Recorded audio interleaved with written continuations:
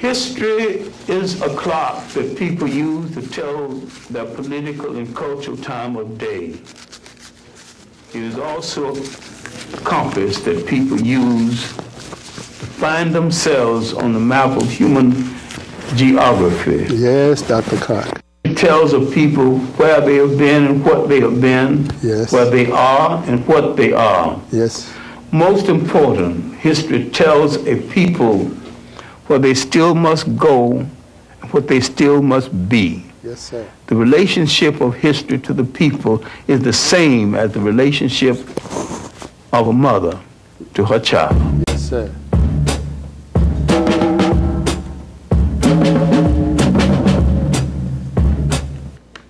To the GILCHRIST Experience. Welcome to the GILCHRIST Experience. I always love the Dr. Clark in the opening because we study history, and it's always so profound how he says the relationship of history is like a mother to her child.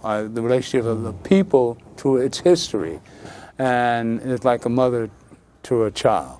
And you being a historian, we brought you on today to teach a favorite book of mine called the Kabbalion, it gives us 7 principles of Hermetic philosophy, which goes all the way back to the ancient Egyptians.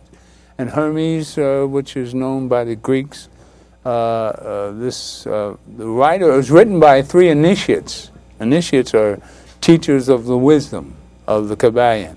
And I thought Clemson, I read this 30, 40 years ago, and I gave it to Clemson so he could actually teach us what's in there. And I'm sure you're very familiar with all this, and it's like riding a bike again, coming to Hermetic philosophy. Welcome to the show, Clemson Brown. Thank you, thank you. Tell us about the Kabbalion, Clemson, before we go into the president and the rest of the stuff that's going on. All right, let me just say that this is a good time, and in fact, it is the principles that we should, as a people, be studying. Right. It is ancient. Our ancestors understood the universe. They had a philosophy that explained how the universe operates. And so, let me just...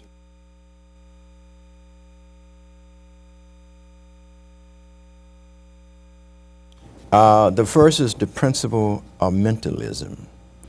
Second, the principle of correspondence. The third, the principles of vibrations. The fourth, the principles of polarity. The fifth, the principles of rhythm. And the principles of cause and effect. And finally, the principles of gender. And the reason that I think we should really study them is because they give us a profound and deep understanding of how the universe operates. If you look at the universe, everything in the universe is perfect, actually. It has, it's organized, it has symmetry, it has beauty.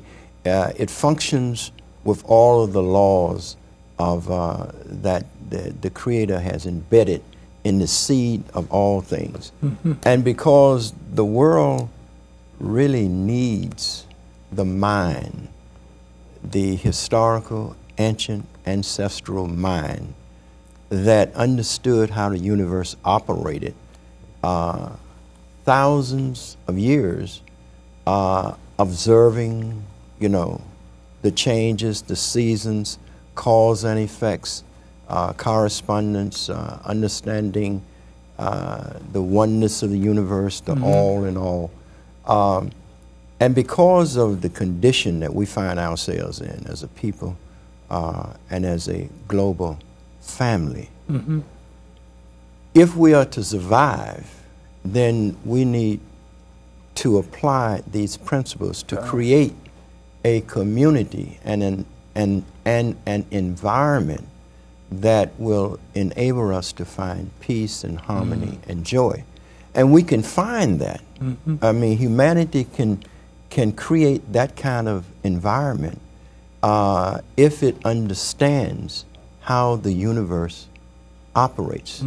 I just like to say that we are all on a journey, all of us. Amen. On an individual journey. We're born We come here learning. We come here trying to understand what we ourselves are all about. What is our destiny? Our calling. We're on an individual trip, first of all. That's to right. try to find ourselves and understand what is God, what is the universe. Right. You know, how to survive. All of these things. The life is a learning experience. It's a learning experience. Amen. And it's being. But we're not only on an individual journey, we're on a collective journey with our people, you know, with our community, with our nation, cultures. That's a collective journey. So we're all on this individual journey, and then we're put together in this collective journey in which we have to create in our culture and in our community and our environment a space in which we can find this peace and this balance and this harmony, which is the same as the personal individual journey. So we need to understand how the universe operates. And I guess the big question that we ask ourselves is, what is God? What is the universe? I spent some time with Professor Gabriel Ebo. Okay. Well, the whole thing being God is the all, which is the all. The first principle is that the entire universe is mental. That is correct. Right? But let's kind of look at, you know, when we say God now, you know, God Well, I is was a going to go to terminology. Professor Yibo, which you were leading into. Yeah. If the mind is all and the all is God, right? Yeah, I just wanted to point out that some people have a problem with the terminology God, because God, from a Western perspective, is a male deity. And that cannot be the all, because the all, as Professor God's Weibo, a female.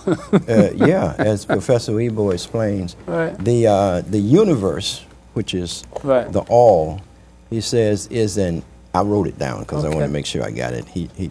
Explain who Professor Yibo is if people don't remember. Thank you. Professor Weibo is the Nigerian mathematician, physicist, who discovered the equation for the unified field theorem. And this is critical for us at this point, because the unified field theorem enables us to model or to map creation. It unites both science and religion. And what, to I guess really to understand it, is that it is a mathematical equation that defines or that models the universe, how the universe operates. Or it can model truth. Time and space are the critical aspects that we are trying to understand, because the universe is, as I was about to tell you what Professor Weibo calls the universe. Let me clear this up for the layman who don't possibly couldn't understand what we're talking about. This black man has proven the theory that Einstein was trying to prove. Define, yeah. He completed the work of Einstein. He completed the work of Einstein, this black man from Nigeria. So that's how the importance of this is. I want everybody to understand what Professor Yibo has explained and proven mathematically what Einstein couldn't do. All right? So he went further. He went further than Einstein. Professor Einstein. All right? And he's not recognized, of course, because he's black. That is true. Okay?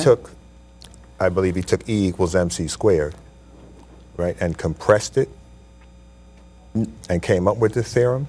No. He went beyond E equals MC squared. He went beyond that. What Professor Ebo was able to do, that if you take a point in space, in this infinite space, if you take that, the equation Gij comma J is valid anywhere in the universe. Anywhere in the universe. And to understand time and space, because it is about time and space. Okay. So if you took a point anywhere in the universe, this mathematical equation is valid. And the reason why I say if you took a point, because the universe is so infinite. You know, the Earth is like a speck of dust within the universe. And when we say infinite, that means we're talking about billions and billions and billions and billions and billions and billions of universe. There is no beginning, there is no end. So one would say, well, how can you have an equation that is valid within that kind of infinite space? So what he is pointing out, that if you take, you know, in terms of time, if you take a point in that infinite universe, this equation would be valid. Gij, comma, j equals 0. Okay. It is like if you got a $10 bill, you start with $10. At that point, that, you know, you have energy. Some is going in, some is going around. But if you look at, you got $10 worth of that energy, and you got $10. You spend $5 on gas, $2 on some coffee, and $3 more on your sandwich, and you add it together and subtract it from the 10, it would be 0. Energy is not created and is not lost. Right. You know, so the universe is not expanding, and that's European philosophy with the Big Bang, that the universe is expanding. Professor Ebo blows that out of the water instantly in terms of you understanding. If you say that the Big Bang Theory, the expanding universe, what do you call the space in which the universe is expanding to? In other words, that space too. So there is, you know, you can't conceptualize an expanding universe because it's expanding into space itself. So, you know, we're talking about space. We're talking about the creator or creation is space and time. That is the way you can express it mathematically. So at this point in our how history, does it service us on this level here? Oh, glad you asked that. Glad you asked that. Now we just we lost a lot. We lost a lot of people with that one, because that's, since the all is mine and everything is controlled by how you think and what you think about yourself. That's the reason for the Kabbalah, and that's the reason why we're talking about this. I'm coming down to the level of how you think and what you think about. This is how you control your life, and we're just trying to express what's controlled our lives and how we found our callings in life. And Graham's calling is obviously to bring out the betterment of himself and everything around him and make good of our lives, to be contributors to, you know, as service to others rather than service to self. This is our calling in life as black people. Until we all understand that, we get nowhere. We're still floundering around, fighting each other, killing each other. All right? Yeah, you're correct. All right. If we look at, okay, we're talking about today, how does this affect us today? Well, it is through mathematics and understanding the mathematics that we're able to model every and anything is really a mathematical expression through the principles and laws of mathematics, because the mathematics is the language of the universe. Right. Okay. Right. Everything in the universe is movement, is vibrations. That is, you know, one of the laws. So, geometrically, if you look at the pyramids that our ancestors built thousands of years ago, 10,000 BC. I'm told. Yeah, 10,000 years. Even further. Right. They understood these laws of the universe. They talk about how the capstone went up. Maybe the capstone went up by vibrations. Maybe they were able, through rhythm and vibrations, because you can lift, you can move things. Let's be real about this. The pyramids are built in the center of the landmass of the planet. Good. The only way this could be, and the way it was planted, it had to be formed from above.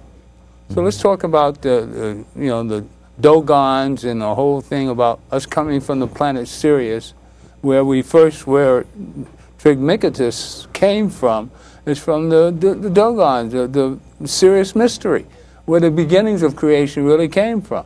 which people don't talk enough about. This is the black creation of the universe, going back to Yibo and everything else we talk about here. The extraterrestrials do exist. In other words, these are our ancestors. This is where our ancestors come from.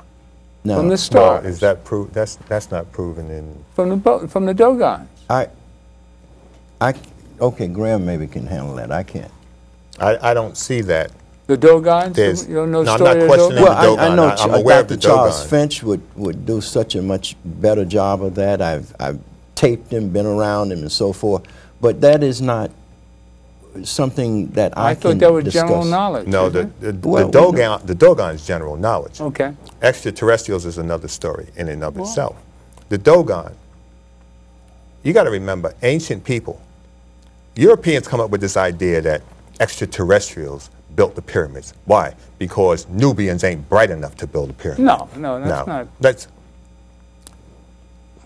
ancient man had far more knowledge, wisdom, and understanding than anybody walking the earth today has. Far more. When they built the Aswan Dam 30 years ago or 25 years ago, they had to move the tombs of the pharaohs to an elevation 90 feet higher than where it was because that region was going to be flooded, along with the ancient libraries of the Egyptians. Now, with all the modern machinery we have, they could not lift one stone. With the cranes, with the hydraulic cranes that we have, they could not lift one stone. When I was at Ground Zero, they had a crane that was 30 stories high, attempting to pull a beam out of the ground. And they just about burned the engine out on that crane. Bovis was there. The tension was so great, it was shaking One World Financial Center. I was in One World Financial Center that night, and the building was shaking. They did not have a crane that could lift one stone from the tombs of the pharaohs. They had to cut the stones up and then move them, mark them, and reassemble the tombs of the pharaohs. This is modern day man. But ancient man was able to do things, just as it says in when you read about the Dogon.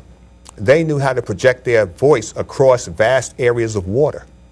We know today that water carries sound 5 times louder than air does.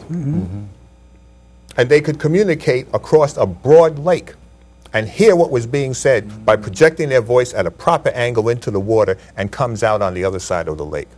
There's even an account in I think Matthew, where a crowd of people came to see Jesus. He got in a boat and went out onto the water to address over 5,000 people. There was no public address system. There was nobody on a soundboard there tweaking it for Jesus.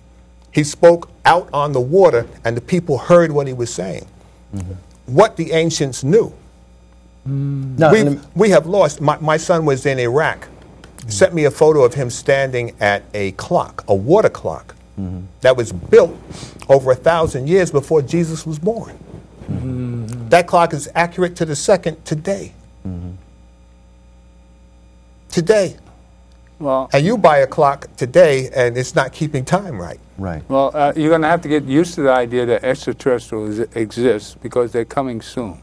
All right? Let me just add this to a bodega near you. To the pyramid, and to say what sets the pyramids aside from any buildings that we may construct today. Not only is the pyramids built in the center of the earth, they are built true north. North. And so precisely with the movement of the planets, that a star that only shines, I think it's every 24,000 years, every so many years, that star was shined through a portal into the king's chamber and light the king's face. Now that happens also at Ramesses, the same construction that you were talking about today. That on his birthday, light from the sun, the colonnade, will pass through the portals and light up his face. Now That's how accurate they were with understanding the mathematics of the movement of planet Earth and the universe. That they could align buildings. Now you might have the World Trade Center down there, but this is form. And even though the engineering, we look at the engineering today and we say that's some great stuff in it, and it is, but it is nothing compared to what our ancestors did. When you look at the 90-degree angle, which is what the Masons say, you're standing on the square. You can't build tall buildings without understanding Pythagoras. that 90-degree angle. Right angle. Of course, if you're not in perfect horizontal structure, the higher you go, the more your building is going to lean until it falls. But the ancients, and you can't look out into space and do a perfect horizontal and vertical line. You can't just look out and do that. So they had to come up with the mathematics for measuring a 90-degree angle so that anywhere you want to have a 90-degree angle, which is what you must have if you're going to build. Now, that's just one thing. If you look at the laws that govern all things, that is what the ancients studied in these temples and understand. Now, I said I couldn't speak about the Dogons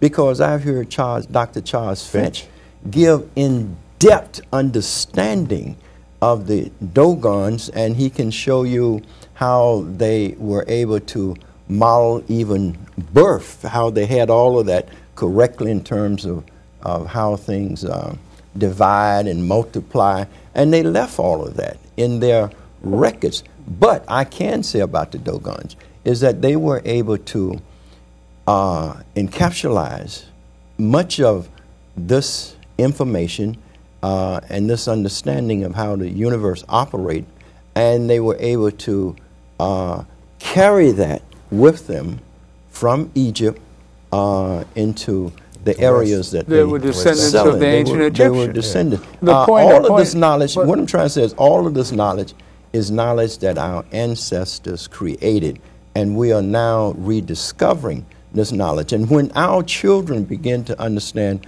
what we have given to the world and that we now have a purpose of bringing this knowledge out of ourselves and giving it to the world again in order for us to have peace, because Europeans can't possibly bring peace onto the earth.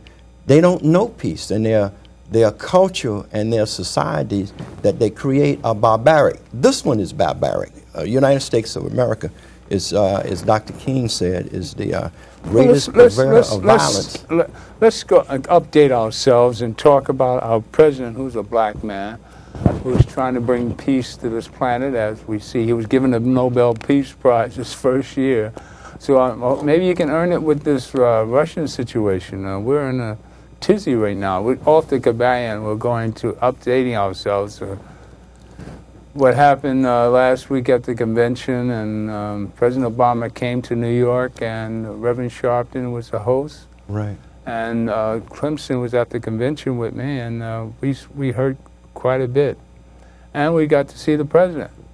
Yes. Now, here's a black man in a difficult situation, dealing with updating ourselves, and all this ancient history leads up to what are we doing today with all this knowledge that we have of the Dogons and ancient history. How does that apply to us today with a black man in office and we can't even support our brother? Glad you asked that question, because what needs to happen is that President Barack Obama needs to reach out to Professor Gabriel Ebo, because of, his mathematics, just like Professor Einstein's understanding and his equation brought about the atomic bomb.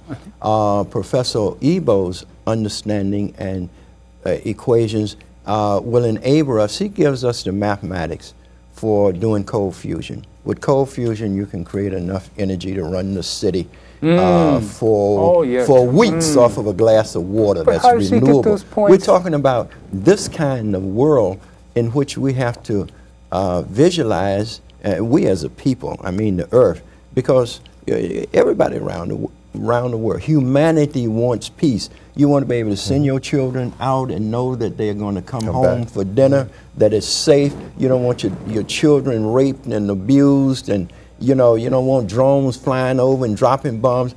So we want peace. We want environments in which we can find joy. These environments can be created. They can be created because humanity is trying to come together now with an understanding. We have through Professor Ebo, we have the mathematics for creating, well, let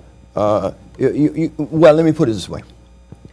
The West gives us an impression right now that God, or the Creator, did not know what he was doing. So he done created more people than the earth can sustain. feed. So it's all right if we kill off a few billion of them because there are too many of them, and the fittest should survive.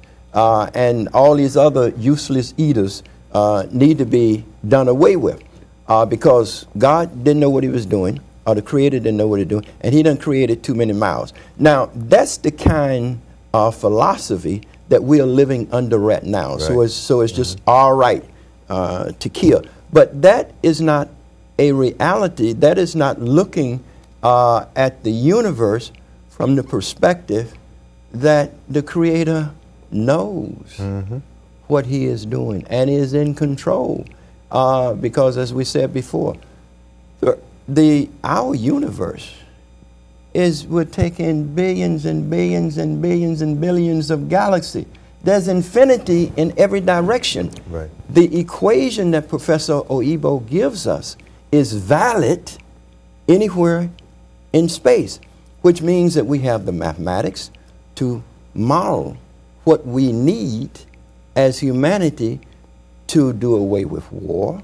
Because if wars are primarily brought about because you got something I want, and I got the biggest army, so if you don't give up what I want you, I will hit you in the head and take it. I want to control you. I want the power.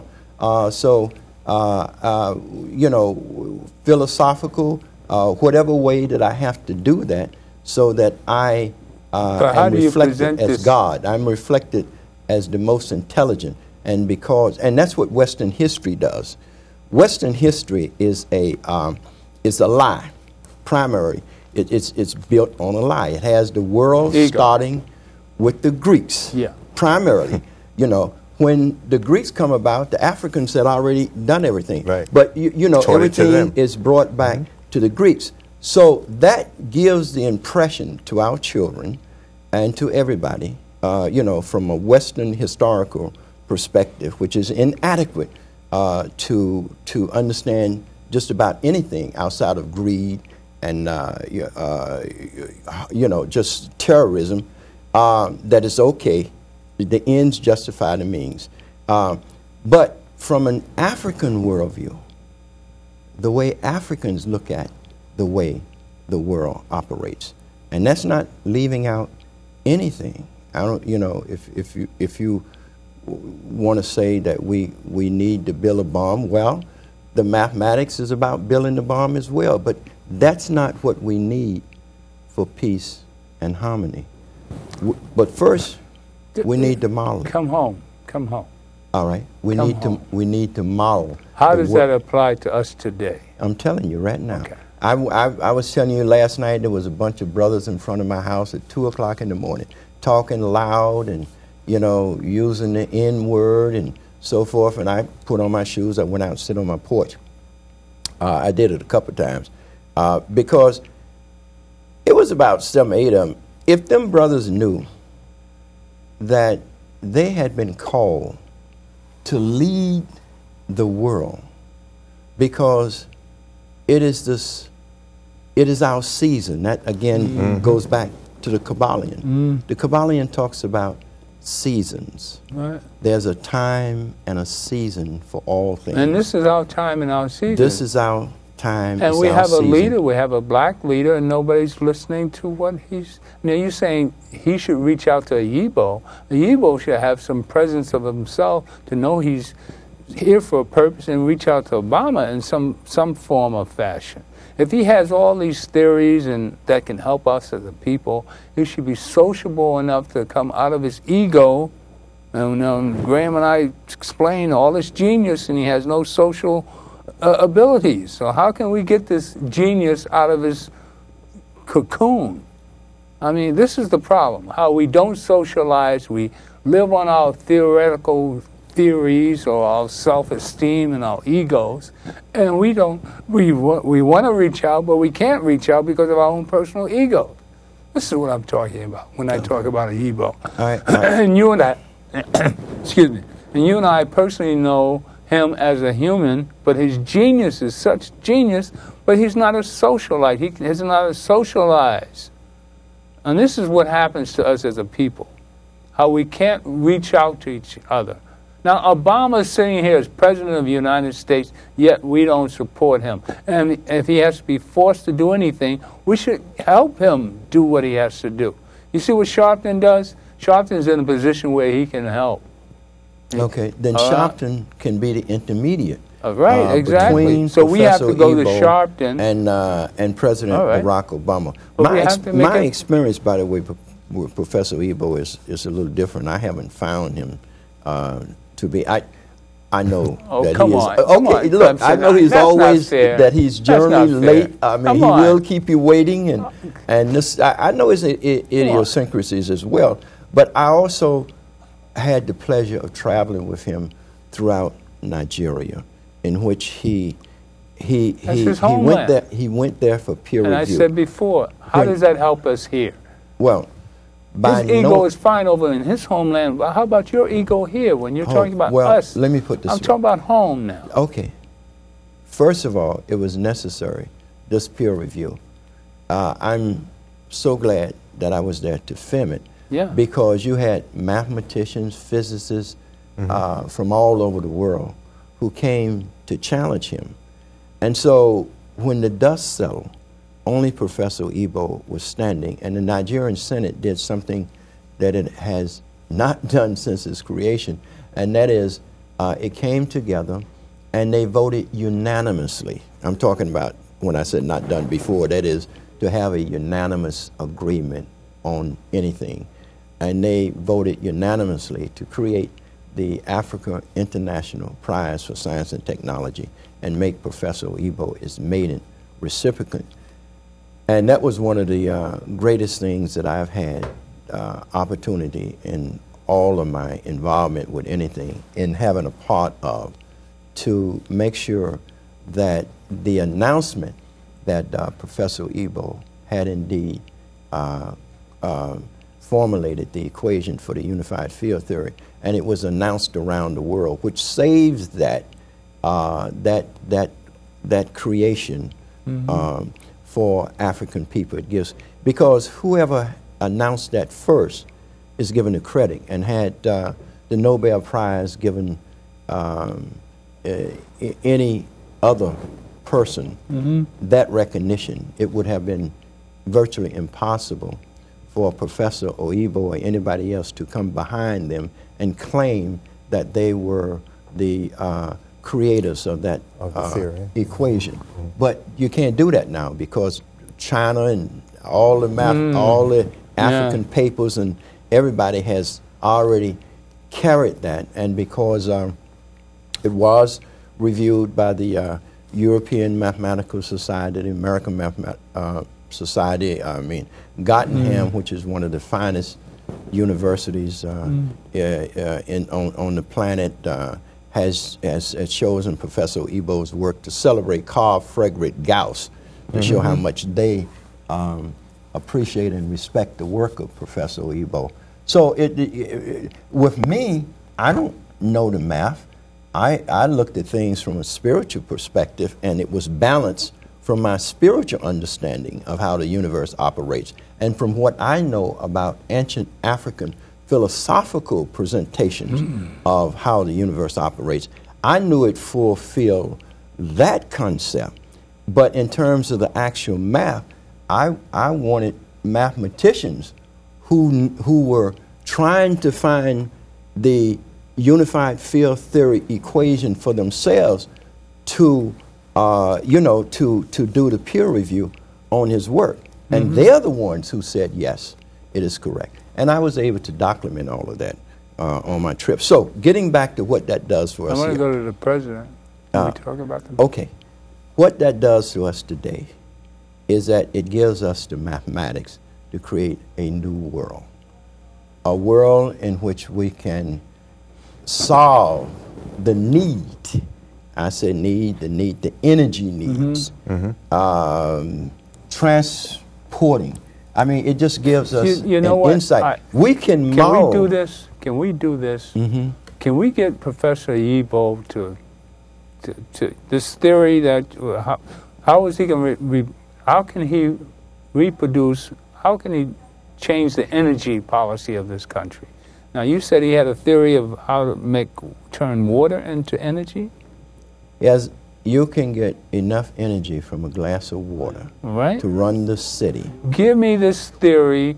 Let's put it into something valid that we can. Next show we do, I want a presentation Let me that say, we I know can where give. you're going. Let me say. No, I just want to show the let me president. say. All what right, you he's can done. do this, but All let me right? say this before. But I want you before to you come do up it. with this something. is important. This is important. Let me say this before you go. In order to do a lot of creative things, you need laboratories. You need. I know all this. You need money and so forth. That is why President Barack Obama and Professor Gabriel Ebo need to be working together with university systems. Let's give a presentation. I want to present to you the President of the United States. That he ain't going to put everything out because, look. Well, how else do we? You got to realize. Let me understand. You don't need him once you have his mind. Now, his book is out there, but he wrote the book. He came up with the equation. But you don't have him, which is the way the Creator has brought so much through. Now, he will do the same thing for black people that Dr. Einstein did for Jewish people in terms of a partnership. We're looking for a partnership. Black people in this country need a partnership with this government because we're not even citizens here. We're not, and before we solve the problems of this country, and look, I say Give me this, something to take. before we solve the problems of this country, there has to be some pre-agreements that are worked out in terms of how we will share and benefit. And I don't mean on no surface level. That I mean was insane. on a power level. Yeah. So Professor Ebo is waiting on us, black folk, to bring him on. I mean, he's already there. He's done everything. So it is up for us. It is for our benefit now, for us to get together and move as a people. And yes, we need to hook up with President Barack Obama and Professor Ebo. He's waiting. He's willing. I'm his spokesperson at this point on this show to put that out there. Give me a presentation that I can present to the president. I just told you why that won't happen. Well, but he already been on your program, No. and he's been everywhere. I mean, for years, we would go to anybody's home, anywhere you could gather a few people, he would come. Yeah. But that time has gone now. Clemson, I gave you the outlet, and yet, like I say, he's not very sociable. You know? So how can you deal with that? You going to speak for him? Okay. I just want to bring you what I videotaped at this is the latter part of it. We'll come back to this once again. I hate to cut up the show like this, but I just wanted you to hear a little bit from the president. And this runs item 2. We should have done this a half an hour ago, but we got into a extended conversation about Professor Ebo, who I think is well, Anti-what? Anti-social. Now, you don't have any problem with his work. Just but he's as a human being, he's not very nice. You know what I mean? Very the guy sociable, doesn't keep his appointment. He happened to stand me up for 3 hours, and he had Graham and I waiting to see him. But that's why you. Yeah. That's why you take That's this why I'm telling you what I'm position. telling you. You come in with a presentation. I mean, it's genius, but yeah, let's go to the president. I mean, of the we only United drove States, 40 miles all to right? see him. Yeah, I mean, come on. Well, this let's guy, look at the you president. raving about him, he's not very nice. Just as inequality feeds on injustice, opportunity requires justice, and justice requires the right to vote.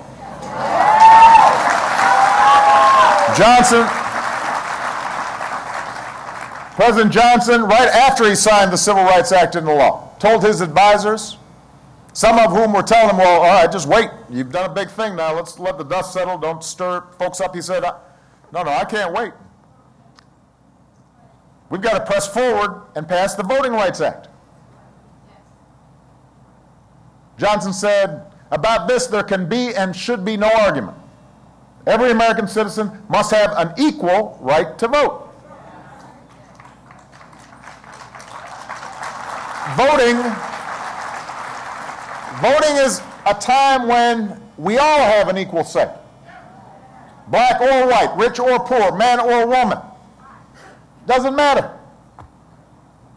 In the eyes of the law and in the eyes of our democracy,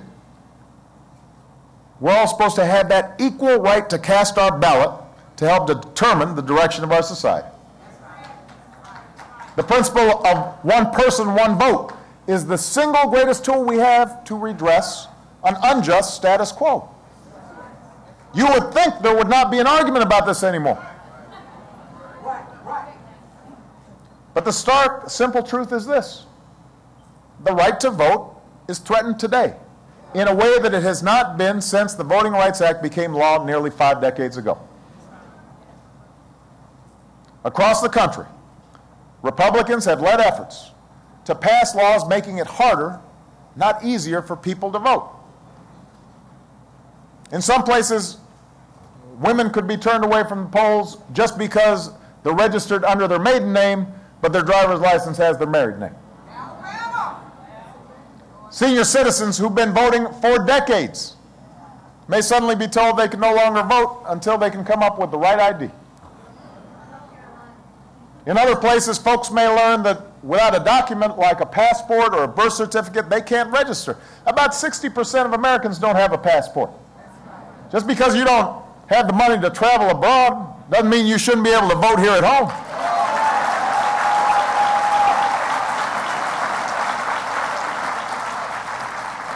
And just to be clear, I know where my birth certificate is, but a lot of people don't.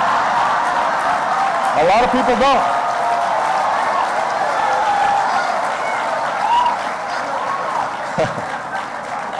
I think it's still up on a website somewhere.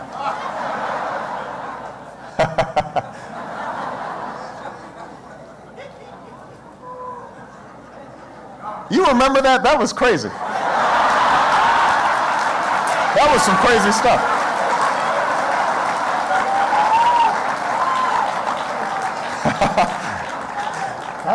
I haven't thought about that in a while.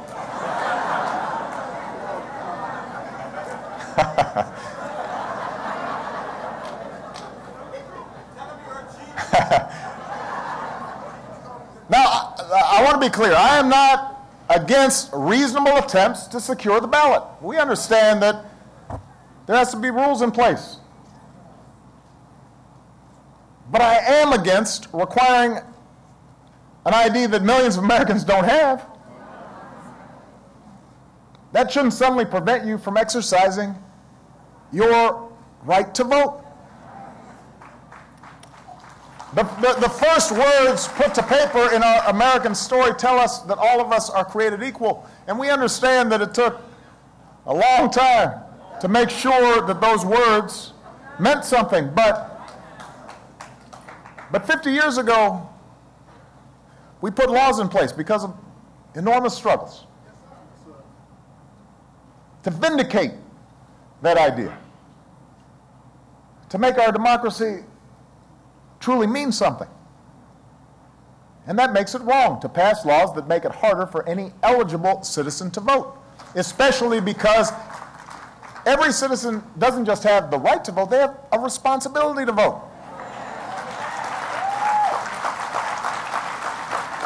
So, yes, we're right to be on guard against voter fraud. Voter fraud would impinge on our democracy as well. We don't want folks voting that shouldn't be voting. We all agree on that. Let's stipulate to that, as the lawyers say.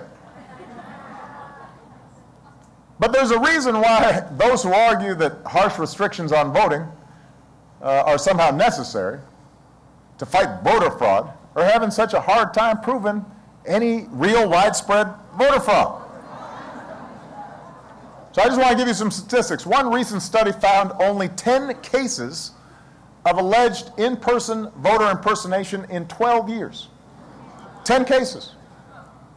Another analysis found that out of 197 million votes cast for federal elections between 2002 and 2005, only 40 voters out of 197 million were indicted for fraud. Now, for those of you who are math majors, as a percentage, that is 0.00002%.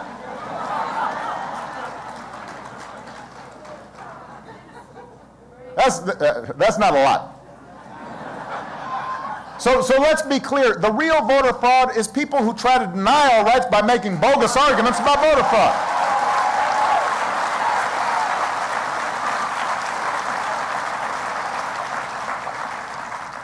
And I have to say, there have been some of these officials who've been passing these laws have been more blunt. They said this is going to be good for the Republican Party.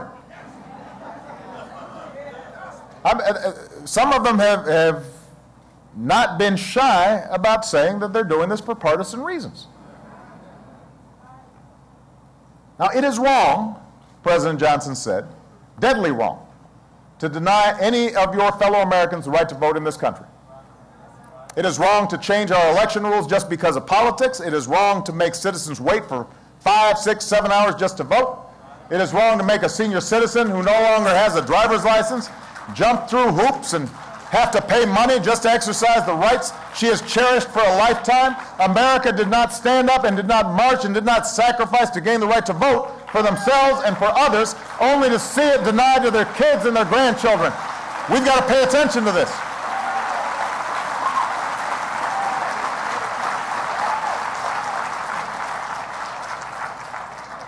Some of the folks from Chicago know, Crider knows, one of the first jobs I had out of law school was to lead a voter registration drive in my home state of Illinois.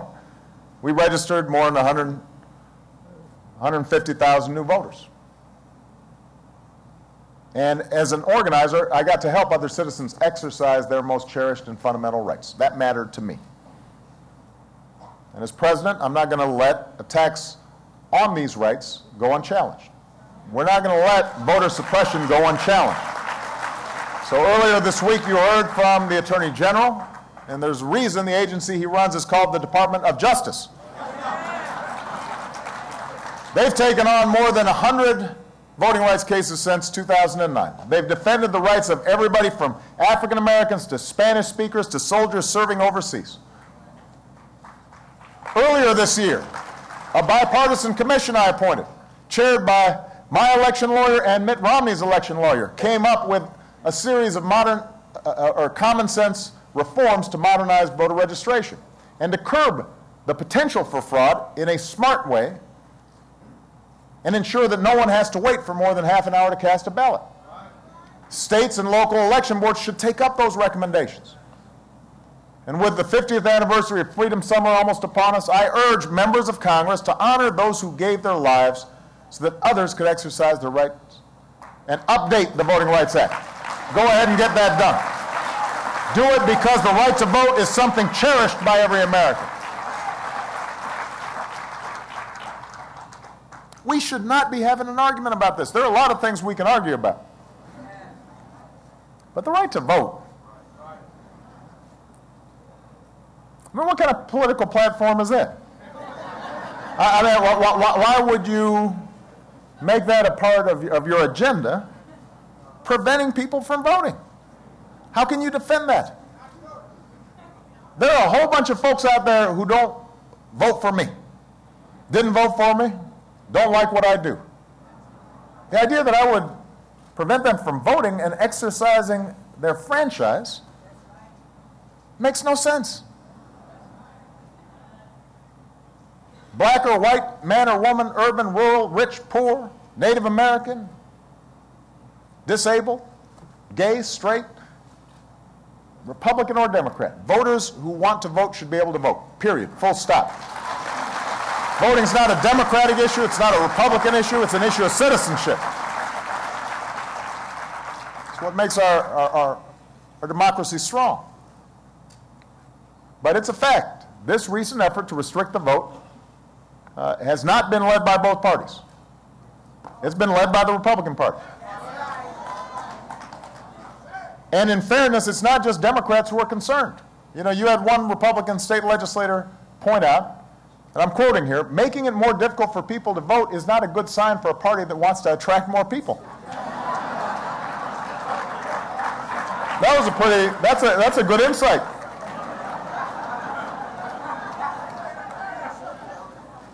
Right? I want a competitive Republican Party, just like a competitive Democratic Party. That's how our democracy is supposed to work, the competition of ideas. But I don't want folks changing the rules to try to restrict people's access to the ballot. And I think responsible people, regardless of your party affiliation, should agree with that. If your strategy depends on having fewer people show up to vote, that's not a sign of strength. That's a sign of weakness.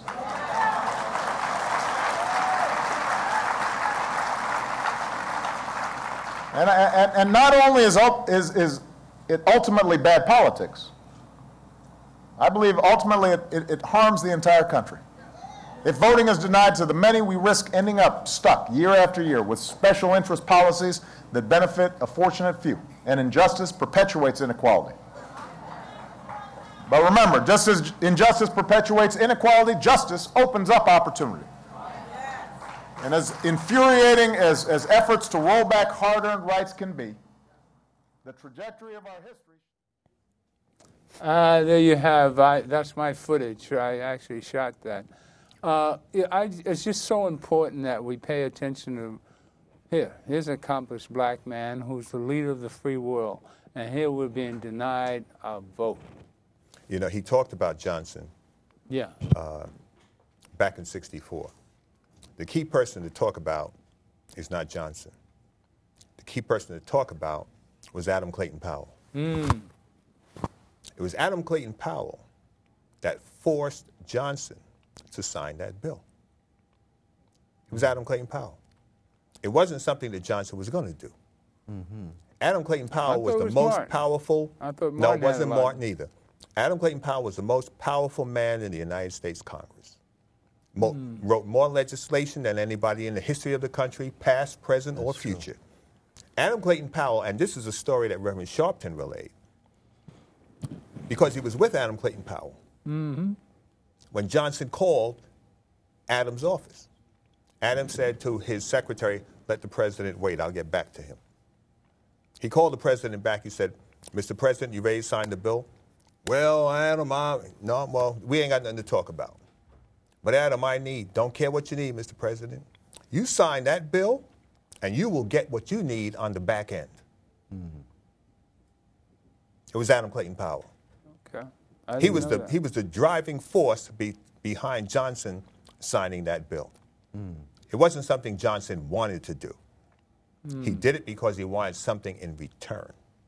And then he had enough common sense to push, not only sign the bill, but push for the changes right beyond the signing of the bill. And next week we have Reverend Walron coming on. He's going to talk about Adam Clayton Powell's seat because he's running for Congress. Reverend Walron next week on this show, on the GILCHRIST Experience. Gentlemen, it's been interesting. We've talked about a lot, but you got to see my favorite person, the President of the United States. There's my brother. I'm so proud of him. I mean, he's just, here's a black man that can teach you how to be black, as far as I'm concerned. And if you have any initiatives by Professor Yibo that can change, can use water and convert it to energy, have him come up and act like he's sane and like a real brother and talk about it. Not act like a prima donna. This is what happens to our geniuses. They have all this knowledge and can't act like a normal person. And that's my personal experience with them. Now, Graham and I went and spent 2-3 hours waiting for them to show up. And that was very insulting. I mean, that's not a real brother with all that genius. And you expect him to socialize and spread all his genius to who? Well, let me say this. As a soldier on the battlefield, I try to always keep my eyes on the battlefield and what needs to happen. You know, and you look out and you see that we have so many divisions. We have so much going for ourselves, but we can't spend our time fighting among each other. We need, there's some things we need to move on from. But I'm talking about respecting one another. No, I understand what you can't disrespect a brother. I don't care. That's exactly what I mean. You can't disrespect a brother. I don't care how smart you think you are. Yes. That's our problem. When you're disrespectful to any human, 6 years ago? you get some flack. You get some flack. Right. That happened many years. But still, have him come on the show. All right. Have him come on the show with all his genius. That's going to happen. See if he can find some way to get here and explain himself and apologize for. No, I'm trying to say what we have in our hand. That we have in our hand. A genius. I'm not just talking about Professor Ebo, but Professor Ebo is the most important vehicle that we have.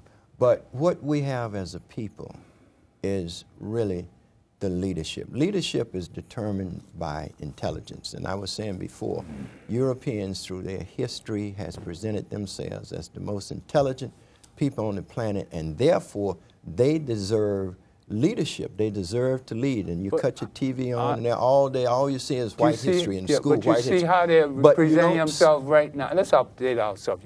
You're showing your age. Look how they're acting today. And today's Congress, how they're back. What are they doing to this president we have today? I'm talking about the white folks that we're dealing with today. The Congress, as it's done, it's been the worst Congress in our history. They've blocked this great man that we have a black president in front of us. History will teach us that he was the best thing that ever happened to us, and he's as I'll say again, a blessing from God. As far as I'm concerned, we have only 30 seconds to go. I'm with you 100%. And thank you for coming. I've carried on enough. And Obama, my man. Obama. Bam, bam. Well, my man. I'm not in disagreement I really enjoyed with you myself at all. at the convention, and it was great to see Obama. And thank you for coming to the Gilchrist Experience. God bless. The God in me loves the God in you. Amen. God bless. Boom, you're off. Yeah.